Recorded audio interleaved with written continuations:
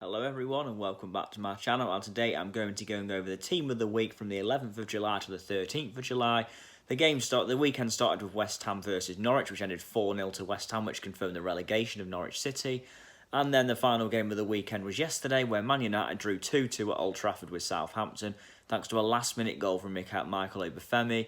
A real shock result with the form Man United have been in, but a last-minute equaliser as well must have really been painful for the Man United fans who have been so confident recently because they're upturn in form since the restart. But yep, that's the way football goes sometimes. But yeah, my formation's a 4-3-3 as usual. I'll get straight into it. So goalkeeper Nick Pope. Yeah, fairly easy, obvious one here really. Nick Pope had a very good game away at Anfield. Burnley became the first team to take a draw at Anfield all season. Liverpool have won every single game at Anfield up until now, so fair play to Burnley, really, but if it wasn't for the performance of Nick Pope, this wouldn't have been possible. Nick Pope, who was in my team of the week last time out, was excellent again, to be fair to him. A very good goalkeeper. Right now, I really don't know, how Southgate could pick Pickford over Pope at the moment, because he's been playing that well, to be fair to him, Pope. And this was another brilliant performance, again, as Burnley earned a very good point away at Anfield, and Pope definitely was at the heart of it. Brilliant performance in the goal from him. Right back, George Bulldog. Yeah, Sheffield United, of course, did what they've been doing most of the season, to be fair, upsetting the odds by beating Chelsea 3-0 at Bramall Lane on Saturday evening. A very convincing performance as well, not just winning the match, but 3-0. And Bulldog, the right wing back, right back as included in this team, was very good, to be fair to him. Got forward well, caused problems all game. So yeah, I think it was a very good performance from him, and a relatively solid defensive one throughout as well. So yeah, I think he's a good choice for right back. Centre back, Toby Alderweireld. For no other reason, he scored the winning goal in a North London derby. I guess I don't think Alderweireld did any outstanding work in the game, but as you can see with me, an Arsenal fan, scoring the winner in a North London derby for Tottenham is not nice and does not please me. But I've got to credit Alderweireld where it's due. He scored the winning header and a winning goal in a North London derby. Will soon add him into the Tottenham faithful. I mean, Alderweireld's already been a great Tottenham player over the years, and this just adds to it now as well. But yeah, I put him in there just because he scored such a big goal, Alderweireld. I think it'd be unfair not to include him in this. But yeah, that's one centre back. The other, John Egan. Yeah, John Egan was excellent again.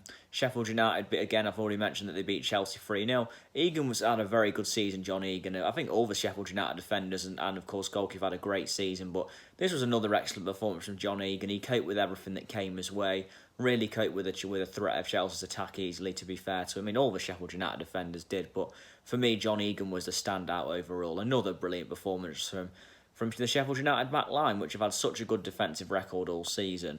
Left back, Diego Rico. Yeah, this is not many times where I'll probably include this man in my team of the week, but Diego Rico, to be fair to him, put in a very good performance against Leicester City, actually. Of course, Bournemouth got a much-needed win against Leicester City, 4-1. And yeah, Diego Rico did get himself an assist and generally played pretty well throughout, defended quite solidly. So I think Rico's a pretty fair choice to have in at left-back, to be fair. But there wasn't many standout left-backs this week, admittedly. It was pretty hard to choose one. But if I had to go with anyone, I'd definitely go with Diego Rico from Bournemouth. Holding midfield, Ruben Neves.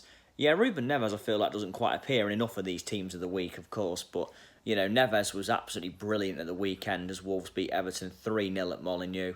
Yeah, Neves put in, this is a brilliant Neves performance. Neves at his absolute best, springing long passes, controlling the game. And yeah, obviously Neves, when he's good, he's a very good player, to be fair to him. And it was another one, to be fair, an excellent performance from him against Everton. And of course, again, Wolves won the match 3-0 and Neves was well and truly at the heart of it. Brilliant performance. Centre midfield, Mark Noble. Yeah, of course, West Ham got a great result away at Norwich, winning 4-0, the game that actually relegated Norwich as well. But yeah, I mean, a 4-0 victory for a 4-0, and Mark Noble played very well as well. Of course, Mark Noble, known as Mr. West Ham, generally had a good game and ran the midfield, really. I mean, Mark Noble's always been a very reliable player for the Hammers, and this was no different on this day as well. I think this win pretty much sees West Ham safe, to be fair. I can't see them letting this go now, but yeah, fair play to West Ham, and yeah, fair play to Mark Noble as well. A very good midfield performance, I thought, from him. Centre midfield, Dani Ceballos. Yeah, I'm going to put someone in who lost a match, which is quite controversial, and this is not me being biased as an Arsenal fan, but I generally think Ceballos played really well, to be fair to him, against Spurs. One of the Ceballos is, if not his best performance in an Arsenal shirt, so I don't see why I really shouldn't include him. There's not really anyone else I think who stood out more than him in the week, so I could have included maybe a team that won the game, of course. I rarely include players who've lost the match day, but I do think he was very good, to be fair to him, so I just couldn't really think of anyone else to put over him, and Ceballos was excellent, and very unfortunate to be on the losing side with his performance against Tottenham. But yeah, I mean, that's the way football goes. Sometimes you can have good performances being on the losing side, and unfortunately that was the case for Ceballos. Right wing, Trezeguet. Yeah, Trezeguet, of course, team of the week, and he could have got Villa's two biggest goals of the season. I think Villa needed to beat Crystal Palace at the weekend, and that's what they did. A very, very important victory as well, thanks to 2 goals from Trezeguet. What this does for the rest of Villa's season, is it too little too late? I'm not too sure, but massive result though for Aston Villa, and they're still in with a chance now. They hadn't won that game.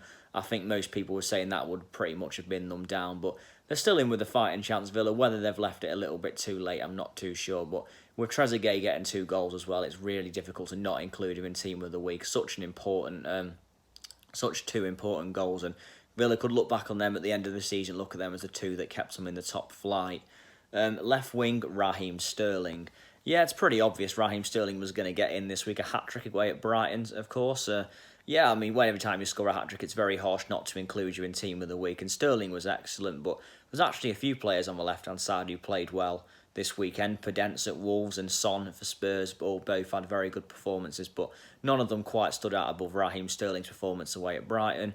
Convincing and easy 5-0 victory, and yeah, Sterling was at the heart of it with a hat-trick, and a very good hat-trick as well, so fair play to him there, Sterling, who's kind of rediscovering that form since the return of football in 2020, of course, since the coronavirus pandemic.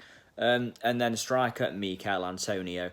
Yeah, this one kind of goes without saying. I can't really not include Mikel Antonio. 4 goals in a game, an absolutely brilliant performance from Antonio, and that guy who triple captains him on fantasy football must be laughing right now, because he's walked away with some points on that, I tell you. But yeah, Antonio, though, was excellent, to be fair to him. You can't, every time you win 4-0 and you score 4 goals, it's a great day. And obviously, it's pretty much impossible to not include Antonio in team of the week this week. So yeah, brilliant from him. And yeah, easy decision up front. Didn't even have to think about this one at all. Manager of the week, I'm going for Chris Wilder. Yeah, Chris Wilder, of course. I mean, he's been doing what he's doing all season, really. I mean, I think you can argue who deserves Manager of the Year. Chris Wilder certainly deserves a shout. I mean, Wilder or Klopp, I'm guessing it's between maybe. But, Wilder, even after a bad restart, I thought Sheffield United might fall off a little bit now. But no, Wilder, what a job he's done this season. Another great performance, a 3-0 win at home to Chelsea. Sheffield United have now taken 4 points off Arsenal, Tottenham and Chelsea this season. So full credit to them for the season they've had. And this was just another example of it. Brilliant performance, and Wilder deserves a lot of credit for that as well. And then result of the week, of course, Sheffield United 3, Chelsea 0. I could have gone with Burnley, to be fair, when they won. When they drew at Anfield, because it was a big result and it's the first points Liverpool have dropped. But I'm not sure how seriously Liverpool are really going at the moment for the. Of course, now they've already got the title won, but yeah, I think that Sheffield United. Sheffield United 3, Chelsea 0 was the standout performance of the week, to be fair. I think the result, I mean, obviously people might have thought Sheffield United would win, but 3-0 certainly looked quite unlikely. So full credit to them, Sheffield United. And yeah, I think that's result of the week, as well as Wilder being manager of the week as well. But yeah, that's my team of the week overall from the 11th of July to the 13th of July, sorry. And yeah, if you would change anything, please let me know in the comments below. Please like, share and subscribe. And yep, I'll see you soon. Thank you.